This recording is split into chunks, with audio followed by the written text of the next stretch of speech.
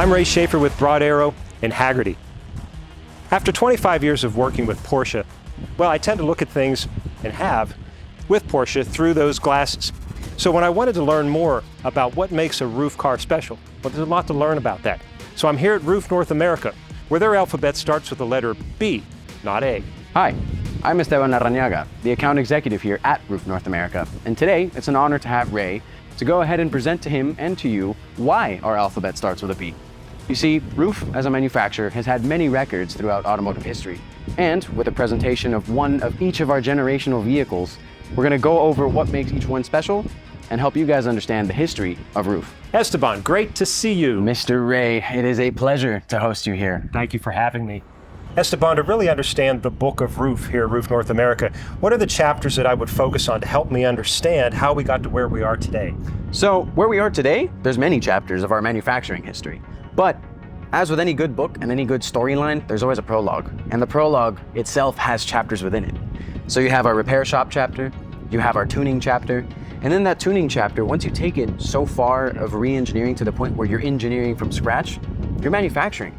And that's where that manufacturing chapter starts and begins with all of the models that you see here today. And so what Alois would do, what we did at RUF, is we engineered our own vehicle based on a body in white that Porsche would give us, just the shell. We would stamp our VIN to it, and we would develop our own vehicle out of it. This is the famous W09 that I always see in our auctions. He just wanted to take it further, and he wanted to make them perform the way that he believed was actual perfection of performance. And so with that, he developed upgrades for these sorts of cars, tuned them, and eventually did so much to them that we became a manufacturer. Our nomenclature might get confusing to some, but you know, as you said, our alphabet does start indeed with a B. And when you think about the names and the nomenclature of all of our models tie back to it being turbocharged or non-turbocharged, and they always signify an era. Since this car was developed in that Group B era, it was made with that Group B regulation mindset, hence BTR, Group B Turbo RUF. It was groundbreaking, not only because it was the world's fastest car, but it was the first time that this silhouette had been really seen with 17-inch wheels, with a 5-speed transmission, which this car has. It has a dogleg 5-speed that we developed. Turbocharged 5-speed. A turbocharged 5-speed. As we go on through our history, you get to really appreciate the benchmark that we set for the sort of engineering and manufacturing that we did as we carried on into the future. Okay, so if we started at the letter B in your alphabet, that brings us to C, the CTR.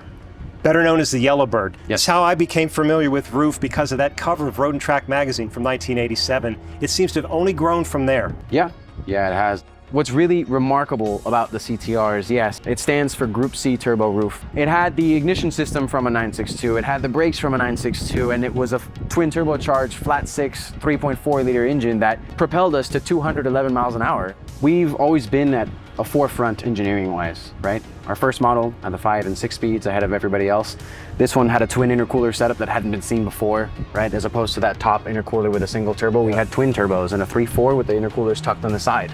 And so I think that this car is definitely one of those crown jewels because it is that icon. It's the car that put us on the map, but it's also a really, really amazing sign as to if this is this early in our manufacturing history, imagine what else we were able to make.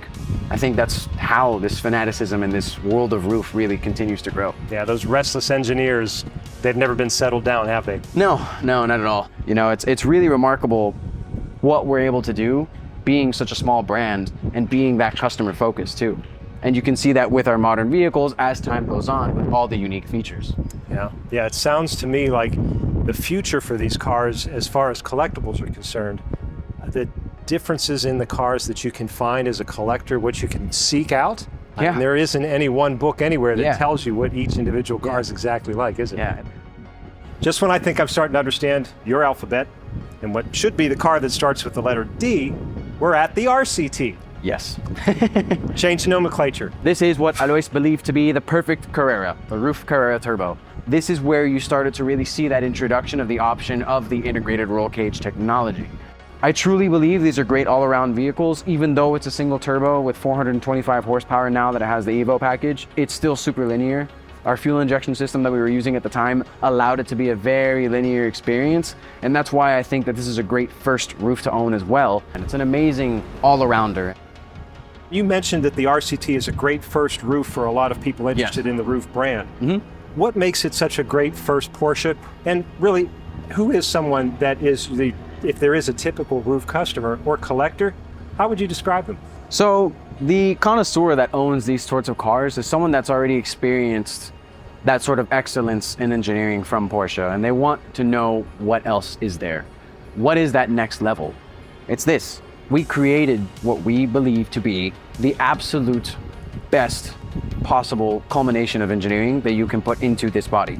It's really a sign of all of our knowledge and all of our history of being a tuner, a manufacturer, and just knowing this platform so well, translated into one of our own production vehicles.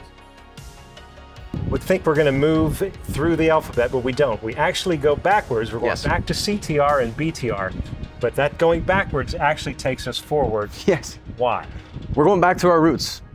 How do you follow up an icon? Tough act to follow. It's a tough act to follow, right?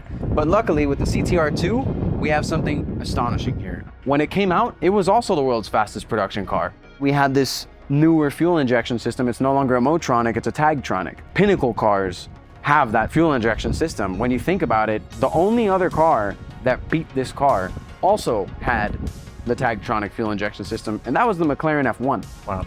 And so you have to pay credit where credit is due, right? That's an amazing vehicle, but so is this. There was a gentleman by the name of Steve Bedore that had one of these.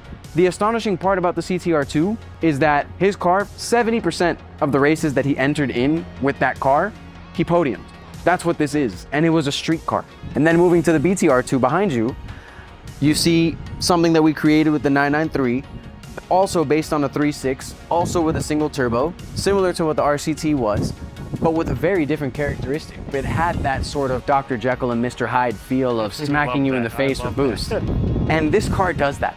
A fully optioned roof came with integrated roll cage, came with the shaved rain rails, came with no sunroof. This car actually still has rain rails on it. It doesn't have the integrated roll cage. It actually has these little A-pillar fillers, but this car was made to look similar and kind of fly under the radar for the original owner of this BTR2. You know, it's something that we're not strangers to. There's no roof that's the same. They're all bespoke, they're all unique, and that's what also makes us very special. So with the introduction of water-cooled technology came this, the RGT. This is one of those rare moments where Ruf develops a naturally aspirated car. The historical significance of this is not only was it that groundbreaking moment of air-cooled to water-cooled, the RGT was the first Ruf to be entered into the US as a production car with no need for homologation or anything like that.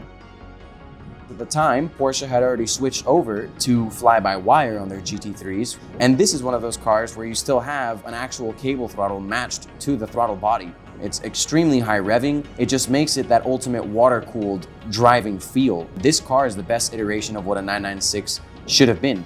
We redesigned a custom rear deck lid. It allowed for the engine bay to cool down a lot because this was a car that would be very high-strung in the sense that you don't get this car to stay at 4,000 RPM. You get the car to hear it sing. Esteban, we started by talking about the alphabet. We started with B, and we went to C. And then we didn't go to D. No, we didn't. And then we went back. Then we went back. And then we talked about CTR2s, so Yes. we brought in some numbers there. But now we're standing in front of an RT12 Yes. S. You've got Yes. some explaining to do. Yeah, so with the RT12, it stands for Ruf Turbo 12. It's the 12th turbo model we made. When we introduced the RT12 in the beginning, the 997 turbo per se didn't exist. That's right. It wasn't a thing. And what we had was a 650 horsepower monster of a vehicle with 50% more horsepower than what was out at the time, which was a 996 turbo.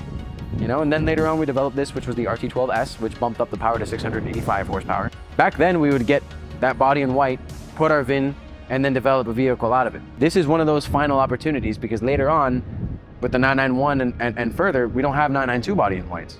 It looks like Ruf has had the chance to make their own masterpiece. Yeah, this is definitely the culmination of all of our generations before worth of engineering, manufacturing, testing, tuning, and putting everything together to finally create our own vehicle. It's the only carbon tub monocoque vehicle in the market that has a rear engine and manual transmission.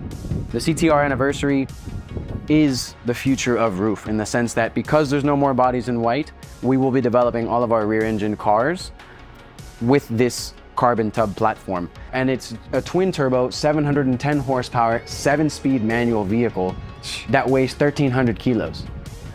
You move on to what the SCR is, we bring back that naturally aspirated power plant and we put it together to make this a 510 horsepower, 4-liter flat 6 made it to a 6-speed transmission. In addition to it being a full ground-up vehicle that we developed, that means that this engine is completely machined and milled in-house. As far as production numbers are concerned, I mean, these cars are still going to be exceptionally rare. You know, this one we're making 70, the CTR anniversary we're making 50.